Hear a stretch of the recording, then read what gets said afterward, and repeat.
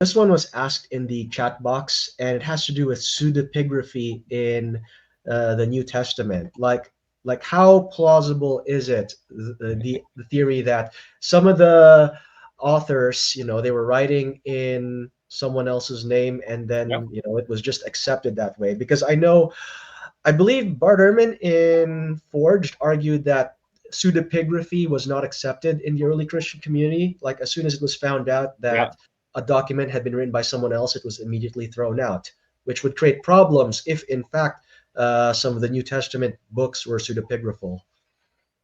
It's fascinating. I don't recommend growing old. There aren't a lot of advantages to it, but Mhm. I mean, the alternatives might be less pleasant. One of the things that happens when you are around a field for, gosh, going on 50 years, is you see exact opposite trends being promoted, um, with the same level of confidence and sometimes with the same arguments. Um, when I was a student, every liberal critic who talked about pseudepigraphy said, "This is not forgery. No one is making that claim. This is what we can see some people having done with Cicero's letters, what we can see the rabbis in the Mishnah talking about a pupil writing in the name of his teacher. This was an accepted, dare I use the word, literary device, that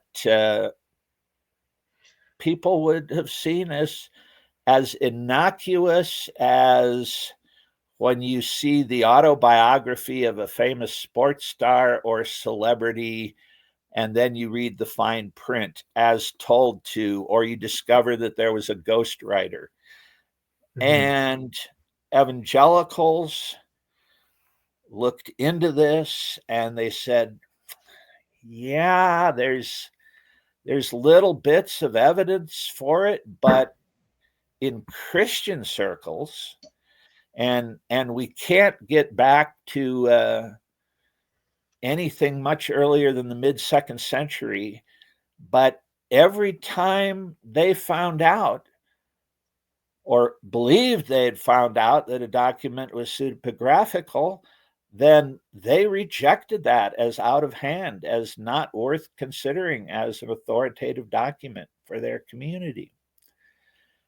And I think, here's my reading of history, what happened was we finally said that off enough and long enough that the critical establishment said, oh, maybe you're right. Well, then I guess they were all forgeries. Is there a third possibility? Like maybe they actually came from the people it was said wrote them, and that the evidence for pseudepigraphy isn't as strong as you've been claiming?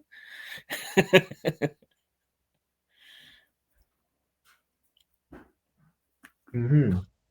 Good thought. Yeah, I'm still going back and forth on this. I'm inclined to believe that whenever a New Testament document is written by the person in the first verse, that really is the person who wrote it. So that means Saint Peter, in other words, really did write two epistles in his name, Right. although that is contested nowadays in a lot of circles.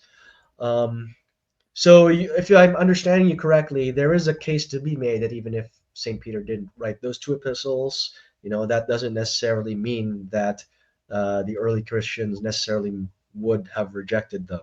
Am I understanding correctly? I would say there's an outside chance that that would be the case, but I would think it would be very unlikely. Mhm. But if I can guess where you're leading up to, um, we do have to distinguish manuscripts that have authors' names at the Mhm. beginning in what has come to be called the first verse from those that do not have any claims to authorship at all. So when we get to the four gospels, you don't have the names Matthew, Mark, Luke, and John at the beginning anywhere. And it may well be that if by anonymity, something being anonymous, all that means is the document doesn't claim to have been written by anybody, that that is a fair description of the four Gospels. Is it likely that when they were each written apart from one another, that they would have all chosen the identical title to be put prior to the actual text of the gospel, to euangelion kata ton, followed by the author's name, the gospel according to this person? Or is it more likely that that's what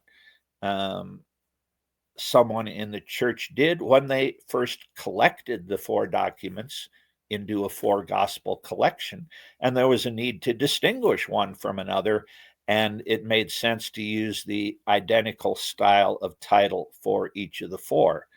To me, that seems a more plausible explanation. Does that mean that those titles are untrustworthy? No, not at all. There still may be a very good case to be made for saying Matthew, Mark, Luke, and John wrote them. Just saying that within the text of the writing itself, there isn't a claim made one way or the other. Hey, thank you so much for watching. I hope you enjoyed the content. Don't forget to hit the subscribe button, the like button, and if you want to support the channel, visit patreon.com/Reason and Theology.